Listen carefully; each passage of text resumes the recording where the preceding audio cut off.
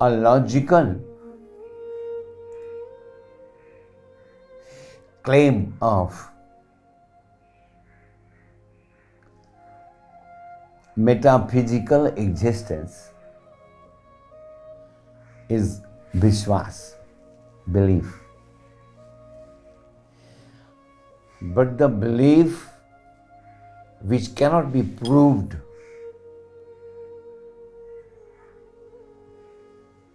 by the nature of result of the action is Andhavishwas. No logic, no expected result. Andhavishwas, the blind. Blind not of eye, but blind of logic. Without proof, without expected result. Blind faith takes a man to ignorance. And faith, here we must add Samyaka from Buddha. Samyaka, he says, Samyak Jnana, Samyak Vyayama, Samyak Samadhi, Samyak Bhojan, everything Samyak. Samyak means Santulit. न वासना से ज़्यादा, न आवश्यकता से कम। भोजन सम्यक है। So, blind faith असम्यक होता है, सम्यकता का अभाव होता है,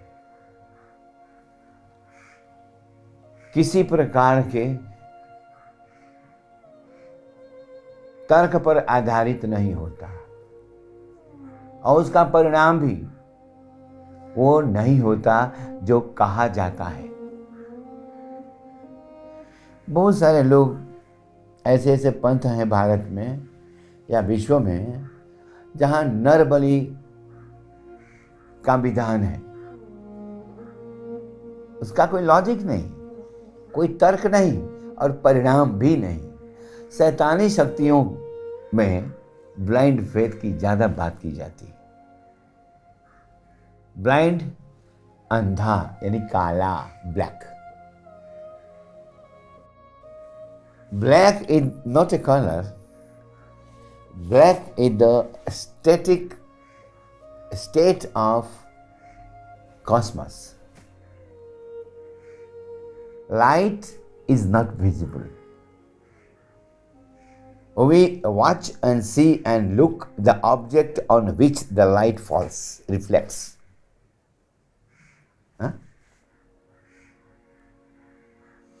Light itself we can't see. The whole cosmos is dark, just like a black hole. Inside the black hole, the small and big, large, of all type of color, planets, stars. But the sound of Saturn is the best. It roars. The sound of Sunny roars, but the sound of Buddha is melodious. It is green. Our mythological stories are very beautiful. Sometimes I read them. My Guru told and taught everything. So that time he said, see Bholanath, Buddha is the reproduction of wife of Guru Brihaspati, Tara, and the moon, who was very beautiful. Moon went to study under Brihaspati, the Deva Guru. But he fell in love, or he was so beautiful and handsome combined together that wife Tara not only liked him, but reproduced another planet, Buddha. Buddha is not powerful like said Sunny. He is just like a kid. Yellow color Buddha. Buddhi. Buddhi. This is the place of Buddha. Brihaspati, Shani, Surya, Buddha. Buddha. Intellect. His power is his intellect. बुद्धिजीवी कर्मजीवी. शनि कर्मजीवी है तो बुध बुद्धिजीवी है. वो बुद्धि से जीता है. वो युद्ध भी करेगा तो बुद्धि से करेगा. Blind faith. Sometimes and many times we think कि यदि धनवान बनना है तो 2 पैकेट नमक, 100 ग्राम तिल, सरसों का तेल,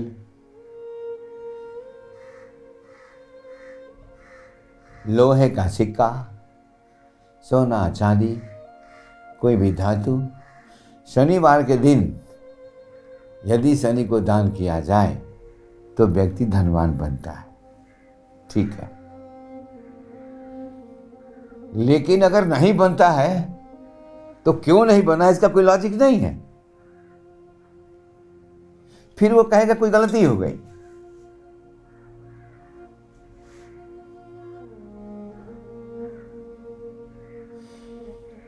हो सकता है कि कोई दूसरा व्यक्ति ऐसा कर रहा हो और अचानक वो धनवान बन जाए. तब जब तर्क खड़ा होता है वो तो बन गया, ये नहीं बना क्यों. यहां क्या फर्क है ब्लाइंड फेथ और फेथ. इसमें सही कौन है, जो नहीं बना वो या जो बना वो. क्योंकि रिजल्ट एक्यूरेट नहीं है और आज के आदमी को एविडेंस और रिजल्ट चाहिए. जहां एविडेंस और रिजल्ट है वो ब्लाइंड फेथ नहीं रहा. मैंने सुना है कि अमेरिका के लोग कौवों को अपना जूठा खिला रहे हैं. कोई कह रहा था.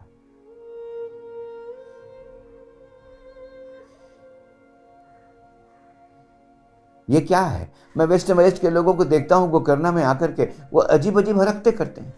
कुत्ते पाल लेते हैं और गंदे कुत्तों को अपनी गोदी में उठा लेते हैं. तो इसका भी आध्यात्मिक कारण है.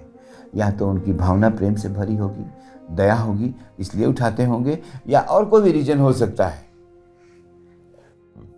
लेकिन वो मनुष्यों को कुछ नहीं देते. भिखमंगों को 1-2 रुपए दे देते हैं, वो भी हुआ तो. Blind faith. जो विश्वास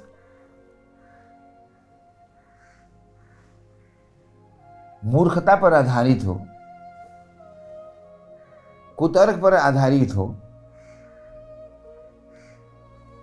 जैसे बिल्ली रास्ता काट गई, गाड़ी रोक दो, थोड़ा रोक दो, फिर चलो. लेकिन बोनापार्ट नेपोलियन की सेना तो नहीं रुक सकती.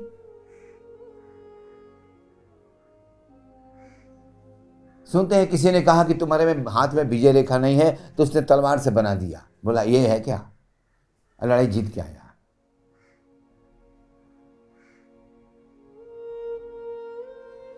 दराज का साथ सिकंदर लड़ने जा रहा है कल सुबह, और वहां के पुजारी लोग एक भैंसे की बलि देते हैं. उसमें से कुछ विशेष निकलती है चीज तो राजा विजयी होगा, नहीं तो हारेगा. सिकंदर के साथ आया प्रेडिक्शन कि वो हारेगा और वो जीता. गंगा मेला का बैटल जो सिकंदर और दरायस के बीच हुआ था. हिंदुस्तान से लड़ते हुए जब हाथियों को उसके घोड़े देख के भागने लगे तो पूरी सेना पर पलट गई भागने के लिए. आवाज आई पीछे हटो, भागो. लेकिन तब वो अकेला आगे बढ़ गया. उसका काला घोड़ा आगे बढ़ा. पोरस के ठीक सामने गया और सिकंदर ने भाला मारा, पोरस को नहीं लगा। पोरस ने भाला मारा, सिकंदर को लगा, वो गिरा और जैसे ही जमीन पर गिरा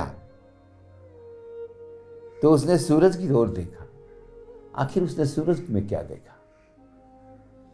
डरायस से जब युद्ध करने जा रहा था तो आकाश में आया एक बहुत विशाल पक्षी ईगल, और वो घोड़े की आंख में देखा और घोड़े ने ईगल को देखा और ऊपर से ईगल बताने लगा घोड़े को कि किस तरह से चलो तो दुश्मन के नजदीक तुम्हें पहुंचा दूंगा। अब पहुंचा दिया। डरायस के करीब अकेला सिकंदर जब पहुंचा तो डरायस को भागने के अलावा कोई रास्ता नहीं था। भागा वो, सिकंदर का जान खतरे में था क्योंकि उसका बॉडीगार्ड तक बगल में नहीं था, है ऑल अलोन। तो ऐसे लोगों के सामने ब्लाइंड फेथ क्या और फेथ क्या, ये दोनों चीजों को अपनी मुट्ठी में बंद करके जीते हैं। तो सबसे बड़ी बात, सबसे बड़ा विश्वास है खुद पर खुदा का। अगर खुद पर विश्वास है तो बाहर विश्वास कहां से आएगा और क्या कर लेगा? किसी भी युद्ध में राजा अगर ये सोच ले कि मुझे सिर्फ जीतना है तो वो जीतेगा ही। डिफेंसिव जीत नहीं सकता, भाग सकता है बचकर, लेकिन सिकंदर की मां कहती है बचना है तो वार करना होगा। शनि कहता है कि भय सामने आए तो उसका सामना करो, पीछे मत हटो, विश्वास रखो कि तुम जैसे एक कदम आगे बढ़ाओगे भय 5 कदम पीछे हटेगा। ये ब्लाइंड फेथ नहीं हो सकता, क्योंकि बहादुरों ने ऐसा किया है। जहां ब्लाइंड फेथ था वहां भी उन्होंने फेथ का सृजन कर दिया। तो सबसे बड़ी चीज क्या है? फेथ, विश्वास या ब्लाइंड विश्वास? दोनों नहीं, आत्मविश्वास। विश्वास का नाम है, खुद पर विश्वास है, खुद पर यकीन है, तो ब्लाइंड फेथ भी फेथ बन जाएगा। कमांडर ने कहा कि ये आल्प्स है ही नहीं। सेना ने कहा कि हम पैदल कैसे आल्प्स पर्वत पार कर जाएंगे? 14,000 घोड़े मर गए। और कमांडर ने कहा आल्प्स तो इसके आगे वाली चोटी है। और सबने विश्वास कर लिया कि हाँ, ये नहीं हो सकता आल्प्स, और आल्प्स वो पार कर गए। ये कौन सा विश्वास था? आपको विश्वास है कि आप हॉलीवुड से बेटर फिल्म बना सकते हैं तो आप बना सकते हैं। What a man can do, everybody can do if he knows with the same intensity of learning. Here most important is intensity of faith.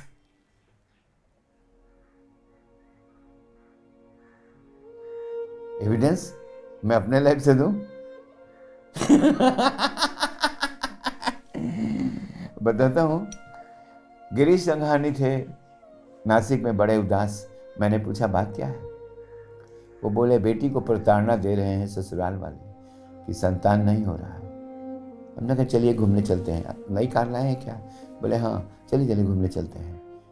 और सीधे बेटी के यहाँ गए और जाके मैं बोला वहाँ कि सुन, इस बच्चे को आज से परेशान मत, उसके ससुर को बोला परेशान मत करना, ठीक 12वें महीने में इसे संतान पैदा होगा। उस दिन 15 अगस्त था, हम अहमदाबाद चले गए। बात आई गई, ख़त्म हो गई। लेकिन जब अगला 15 अगस्त 2017 का, तो मेरे पास फ़ोन आया 15 अगस्त को, बाबा जी आज विशाखा को पुत्री का जन्म हुआ है। आपको याद है आपने 12 बजे कहा था, अब 12 बजे ही पैदा हुई है। ठीक 12 साल लगे, 1 मिनट भी इधर उधर नहीं हुआ। ये कैसे होता है? हमने कहा ये तो मुझे भी नहीं पता है। उस समय मैं अपने भक्त के दुख से दुखी था। जो उद्गार निकला वो आत्मविश्वास था। एक्सिस बैंक के वाइस प्रेसिडेंट को मुंबई में 14 महीने के बाद होगा तुझे बेटा, और ठीक उसी दिन 14 महीना के उसी वक्त हुआ। तो उन्होंने फ़ोन करके पूछा ये कैसे हुआ? हमने कहा मुझे नहीं पता है, आजकल भी व्हाट्सएप पर आते रहते हैं, मुझे भी नहीं पता। अज्ञता भी रहती है, क्योंकि परमात्मा की एक सीमा रेखा है, उस सीमा रेखा के अंदर नहीं कोई जा सकता। उसको तोड़ने के लिए, जिसे इस्लाम में मीम का पर्दा कहा गया, मीम का पर्दा। अब कव्वाली में कहते हैं लोग कि जब मीम का पर्दा हट जाए और कोई हूर नजर आए, हूर माने वो खूबसूरत लड़की, स्त्री, जब मीम का पर्दा हट जाए और कोई हूर नजर आए, हम फिर भी इबादत करते रहें, अल्लाह अल्लाह अल्लाह अल्लाह अल्लाह अल्लाह। ये फकीर की इबादत है कि मीम का पर्दा हटे। आंख बंद करने पर जो अंधेरा है वही मीम का पर्दा है। जिस दिन वो हट जाता है और रोशनी ही रोशनी होती है, जहाँ करोड़ों अरबों प्रकार के फूल जिन्होंने हमने देखा नहीं, सुना नहीं, सूंघा नहीं, वो भी दिखने लगते हैं, खिल जाते हैं। और चारों तरफ ऐसा वातावरण होता है जैसे हम इत्र के सरोवर में लेटे हुए हैं। मीम का पर्दा हटते ही यही होता है कि वो इत्र के महासागर में जो हमेशा डूबा रहता है, खुदा के अंदर वो रमण करता रहता है, वही तो साईं राम बोलता है कि यही है कहाँ बैकवर्ड जर्नी, कि मीम का पर्दा हटा और जर्नी शुरू। कहाँ? ब्रह्मांड में, ब्रह्म में लय शुरू। जैसे बूंद पानी का निकले समुद्र से बादल बने, हिमालय पर बर्फ बने, फिर पिघल कर गंगा जल बने और फिर जा कर के वो गंगा सागर में, समुद्र में समा जाए। साइकिल, एक नाम का विध्वंस तो दूसरे नाम की शुरुआत, एक विनाश, एक सृजन, एक पालन। इसी पर तो संपूर्ण ब्रह्मांड निर्धारित है और स्थिर है। ओ कहीं पर विध्वंस हो रहा है, ज्वालामुखी फट रहा है, कहीं पर टूट रहे हैं बड़े बड़े पिंड जो पृथ्वी से अरबों गुना बड़े, उनमें के भी उनके टुकड़े हो रहे हैं।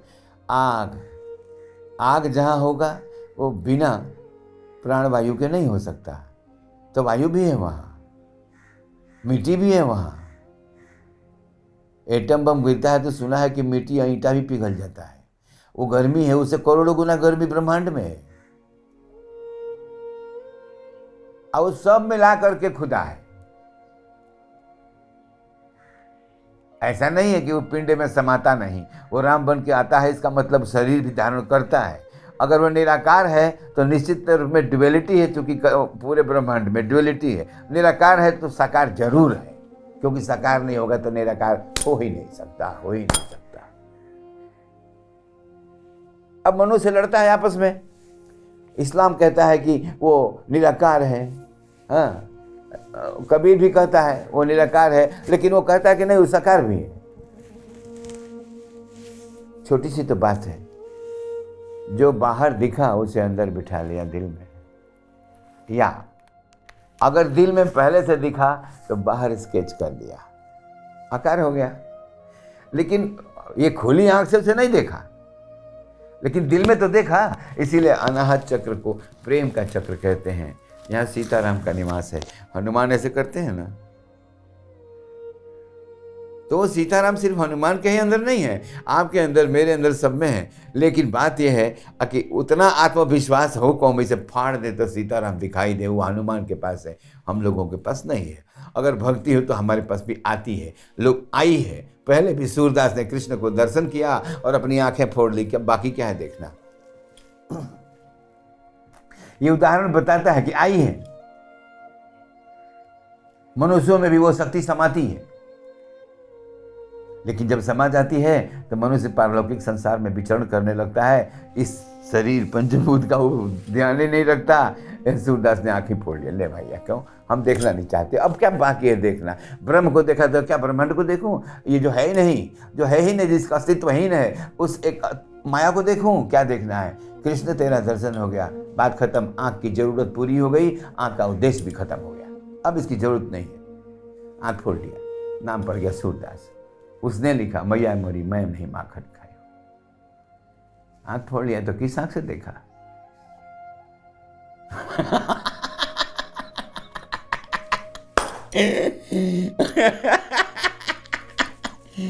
तो कि मीम का पर्दा हट गया। और फिर वो दिखा जिसे देखना पूरा जगत चाहता है। अब जो कृष्ण को नहीं जानते वो कृष्ण को क्यों देखना चाहेंगे? क्योंकि इच्छा तभी जन्म लेगी जब इंद्रियों से सूचना मिली हुई है कि ये चीज ये है, बोधगम्यता है कि हाँ ये चीज ये है। जो वेस्ट में लोग बैठे हुए हैं लोग, उनको जीसस क्राइस्ट को अगर देखें वो उसमें ज्यादा अधिक सफलता मिलेगी, क्योंकि बचपन से उन जीसस को देखने की उनके अंदर प्रवृत्ति विकसित हो चुकी है। श्रील प्रभुपाद अमेरिका गए, थक हार करके पेड़ के नीचे बैठ गए कि अब तो 3 दिन रह गया है, मैं क्या करूं? कृष्णा कृष्णा कृष्णा कृष्णा।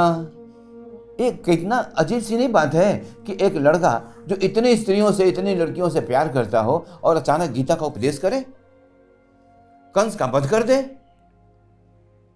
आश्चर्य नहीं होता?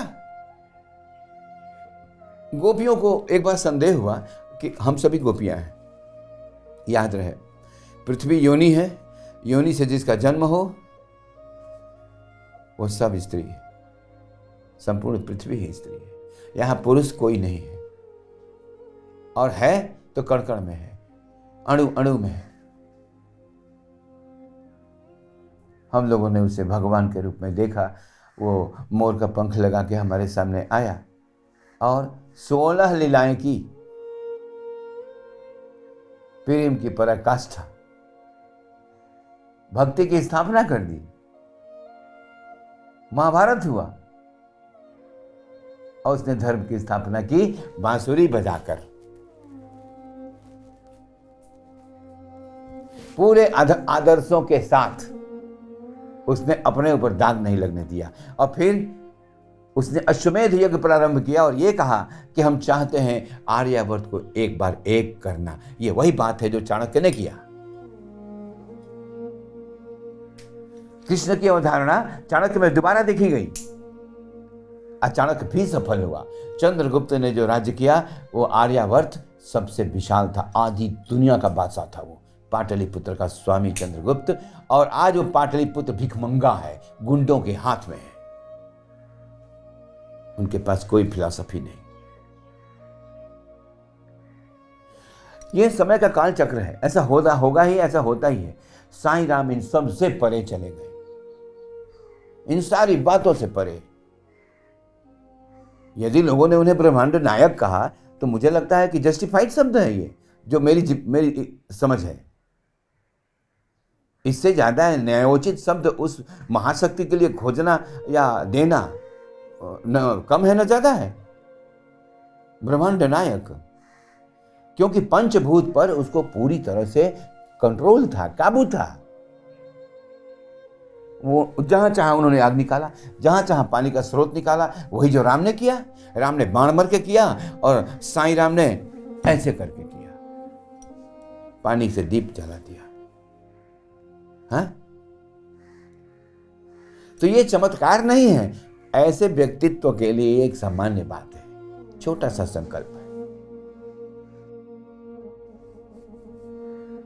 मद्रास में एक माता जी हैं, उन्होंने फ़ोन किया कि बेटा जिस स्कूल में चाहता है एडमिशन, जिस कॉलेज में, उसमें कभी ब्राह्मणों का एडमिशन नहीं हुआ, अब वो चाहता है वहीं पढ़ूं, तो क्या उपाय है? हमने कहा एक पत्र लिखो साईं राम को कि हे पिताजी, मैं अच्छी तरह से हूँ, उम्मीद करती हूँ कि आप भी सुखी होंगे, और वो बात लिख दो जो तुम चाहती हो। और उन्होंने ऐसा ही किया। मैंने कहा कि उस पत्र को सरसों के तेल में जला दो, डाल दो, और डाल करके उसे जला दो। और ठीक है, उसने ऐसा ही किया। हमने कहा वो जो राख बचा है पत्र का, वो बच्चे को तिलक लगा दो। तिलक लगा दिया और वो अपने पिता के साथ गया लैला कॉलेज में, जाके बैठा तो पहला कॉल उसी का हुआ। बिशप ने बुलाया। अब क्या बातें की मैं नहीं जानता, लेकिन एडमिशन हो गया। ब्लाइंड फेथ की बात लो तो वो बच्चा पढ़ने में बहुत ही कमज़ोर था, और जब वो मुझे मिला था तो उसका परसेंटेज ज़्यादा था ज़्यादा से ज़्यादा 40-42 के नीचे ही रहता था वो। तो मुझे एक ब्राह्मण ने एक पहाड़ पर बताया था बीजागढ़ महादेव के पास कि मालकांगिनी ब्रह्मरस, अदरक और भद्रक पान के पत्ते में सूर्य ग्रहण के काल में एक विशेष मंत्र से कोई सिद्ध पुरुष किसी को खिला दे और वो पानी में डूब के ही उसे खा ले, अब पानी न जाए मुंह में, तो वो व्यक्ति जीनियस हो जाता है। अगर उल्टी हो गई तो गायक बनेगा और डाइजेस्ट हो गया तो ब्रह्मज्ञानी बनेगा। अब उसका रिजल्ट हुआ। यही ये गोकर्णा है, वो यहीं आए थे। वो यहाँ के 2-4 लोग मिले भी थे उनसे, उनके बच्चे को मिले गया कोटि तीर्थ में, और वहाँ जा कर के ये चीज़ें उनको खिला दी। जब सूर्य ग्रहण हो रहा था सुबह सुबह खिला दी। बच्चा यहाँ से गया वहाँ वापस, और अगली परीक्षा में वो 94% लाया। फिर वो कॉलेज में टॉप किया, फिर वो आगे बढ़ते ही चला गया, फिर वो MBA करके और अब किसी बहुत बड़े ऑफिसर बन गया है। तो मैं क्या कहूँ इसको, मेरे को किसी ने नहीं बताया था कि ये करने से ऐसा होगा।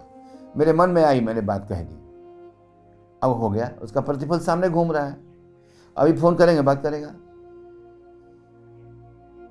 तो जहां ये रिकॉर्ड ब्रेक हो गया ना उस कॉलेज का, कि कोई ब्राह्मण इस कॉलेज में पढ़ा था ही नहीं, ही वॉज द फर्स्ट। तो सामने तो दिखा। मैं अपनी बात करता हूं। मैं गया वहां पर, एक हमारे 2 चेले थे, वो जाके बोले कि एक रूम दे दीजिए। तो मजाक में बोला, अकेले साधु कोई रूम के अंदर रहता है? जाओ जाओ पेड़ के नीचे सो लो। मेरा चेला को बुरा लग गया। वो आके कहने लगा हमसे कि वो तो रूम दे नहीं रहा है।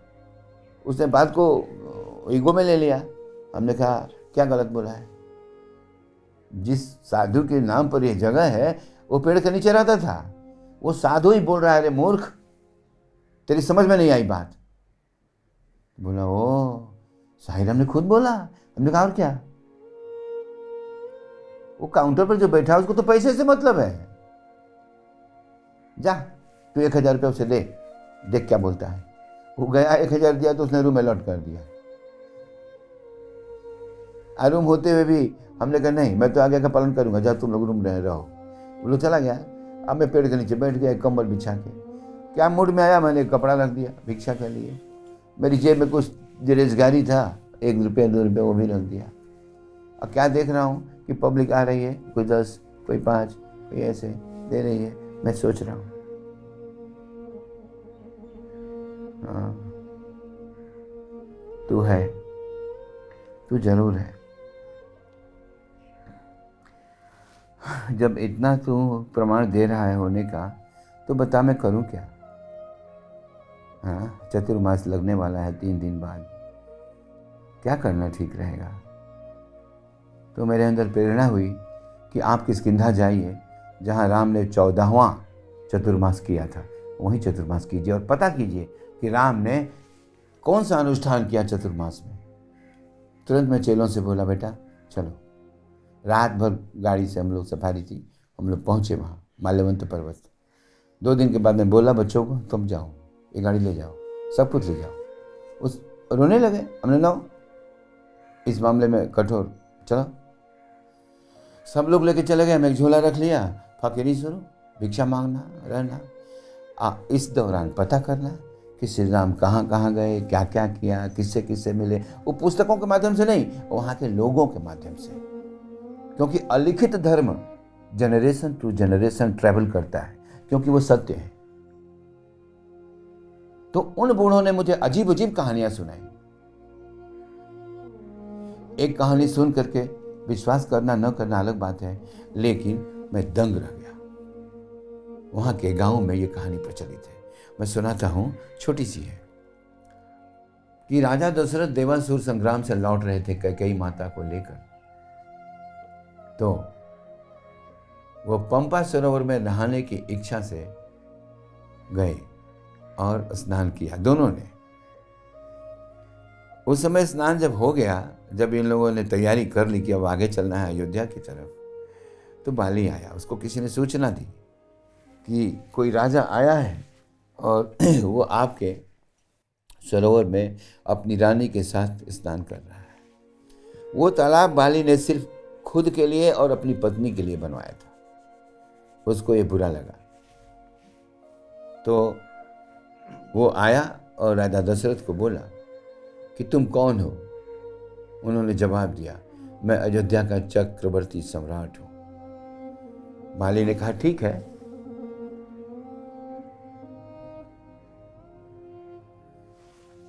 ये तालाब मेरी और मेरे पत्नी के लिए है, आपके लिए नहीं। आपने मेरी आज्ञा क्यों नहीं ली? आप मुझसे युद्ध कीजिए।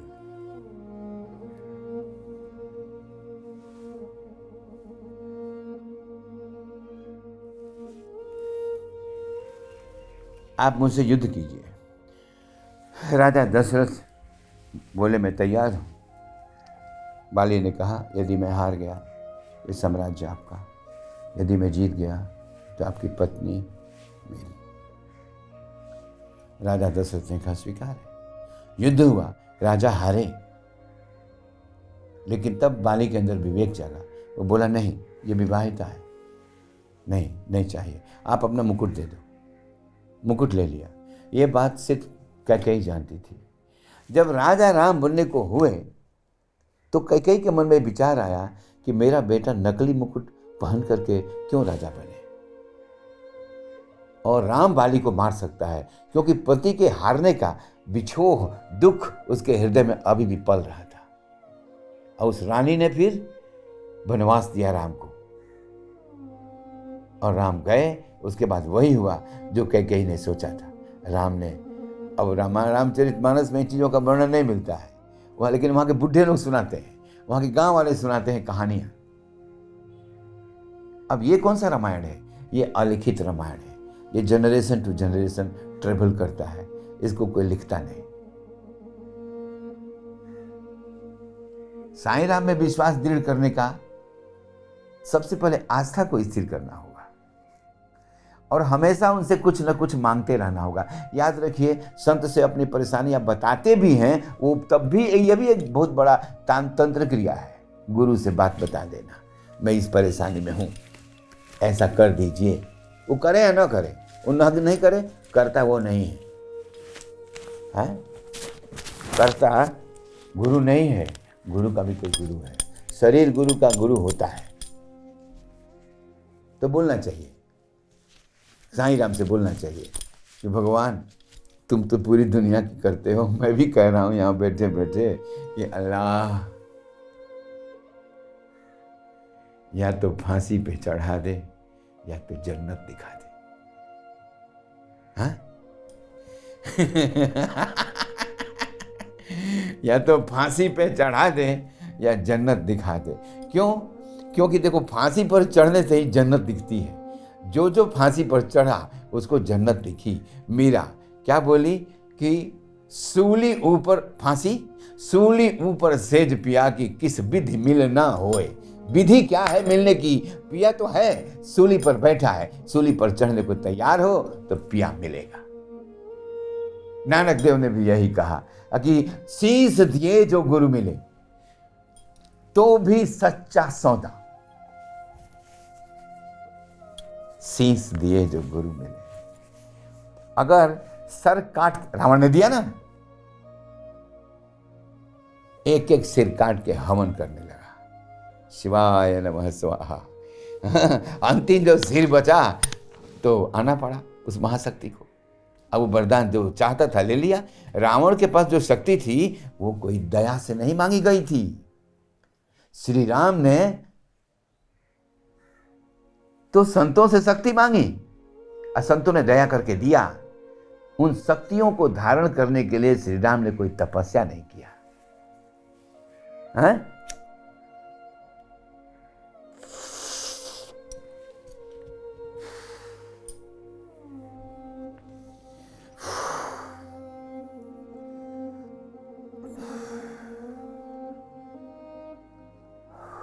कोई तपस्या नहीं। साईं राम क्या वो तपस्वी है? हाँ, आप 5 दिन मत नहाओ, देखो क्या हाल होता है। एक पतला कपड़ा भी शरीर पर रखने की इच्छा नहीं हो। आप 15 दिन मत नहाओ, देखो क्या हाल होता है। आप 6 महीने मत नहाओ, देखो क्या हाल होता है। एक विचार, एक आइडिया को लेके पकड़ के चल पड़ो, वो तुम्हें वहां पहुंचा देगा जहां से आइडियाज जनरेट होती है। मूल तक पहुंचा देगा वो। 4 वेद इकट्ठा कर लो और सबको एक शब्द में लिखना हो तो राम, और राम को फैलाना हो तो साईं राम। मैं तो कहता हूं कि जब श्री राम भिक्षुक बन के आए पृथ्वी पर तो वो साईं बने। लेकिन राम, साईं राम, राम जब स्वयं साईं का अवतार लेके आए, भिक्षा किया, क्योंकि उधर राजा बने थे, इधर फकीर बने। यदि हम कहें कि फिर वो हनुमान जी थे या हनुमान जी के अवतार थे, तो विश्वास कीजिए इन देवताओं में सिर्फ तत्व विचार होता है, शरीर विचार नहीं होता। क्या हनुमान के अंदर राम की शक्ति नहीं है? क्या राम के अंदर हनुमान की शक्ति नहीं है? क्या हनुमान के बगैर राम शक्तिहीन है? और क्या हनुमान के बगैर, क्या फिर क्यों बोलते हैं कि तिनके काज सकल तुम साजा? हाँ? हनुमान जी के बारे में, तिनके काज सकल तुम साजा। हाँ? और मनोरथ जो कोई लावे, सोई अमित जीवन फल पावे। यानी राम का काम जो करने लगता है उसको अमित जीवन का प्रतिफल प्राप्त होता है।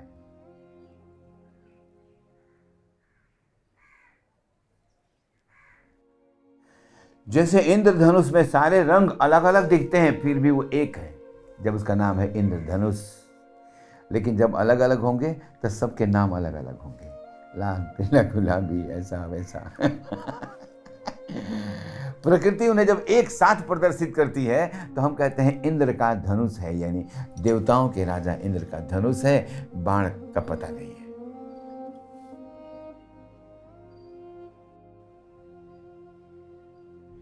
साईं राम इन बातों से परे थे।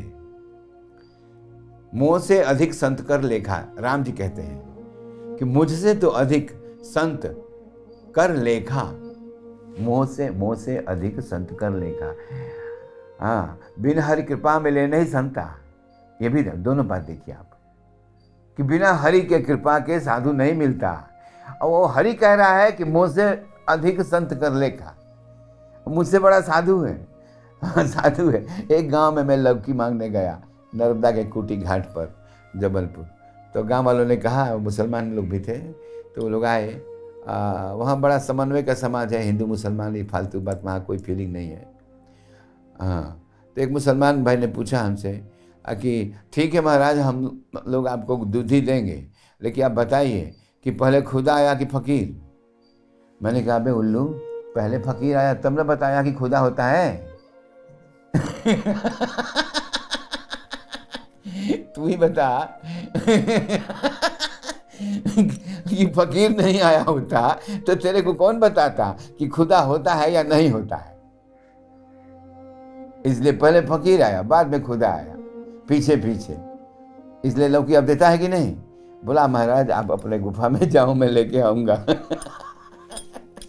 अब पूरा गांव, कोई एक, कोई आधा, कोई जितना हुआ, ये करके 40 किलो लौकी पहुंचा दिया। तो हमको जो सिखा रहे थे वो क्या बोले? देख लीजिए तमाशा। पहले फकीर आया का खुदा आया? बेवकूफ, फकीर ने आया न खुदा आया, लेकिन लौकी आ गया। जरूरत थी 2-4 किलो की तो 40 किलो से ज्यादा आया। हाँ, बता। गुरु ने पूछा उस मुसलमान बच्चे से कि बता, कि अब तू बता कि पहले फकीर है, तू ही बता। जरूरत 4 की थी, तूने 40 दिया, क्यों? 80% तो तुम लोग गांव में मुसलमान है, हिंदू फकीर गया था। तो कायदे से तो तुझे नाक मुंह सिकोड़ के बोलना चाहिए था कि चल चल फूट, यहाँ कोई लौकी नहीं है। लेकिन तूने तो सत्संग भी किया, यहाँ तक पहुंच भी गया। अब बोल, खुदा आया कि फकीर आया? बोला, हुजूर आज से मैं ये सवाल नहीं पूछूंगा। पहले फकीर आया।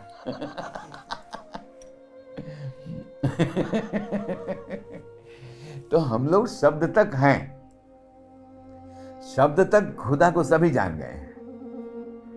8th क्लास का बच्चा भी कहता है मैं आई एम द गॉड। शब्द में हमने खुदा को जान लिया है। शब्द के परे जानने का है तो साईं राम का व्यक्ति दर्शन करे। वो फकीर है, रियल फकीर है। कभी उसको मेरी तरफ पगड़ी बांध के देखा है? ये सुंदर कपड़ा बेटा जरा हो नहीं, लटका हुआ फटा हुआ ऐसे। तो क्या सुंदर कपड़े पहनने में क्या बुरा लगता है? नहीं, अच्छा लगता है, सभी को अच्छा लगता है। मुझे तो कुछ ज़्यादा ही अच्छा लग रहा है। तो फिर ड्रॉप कीजिए, फिर शुरू करेंगे।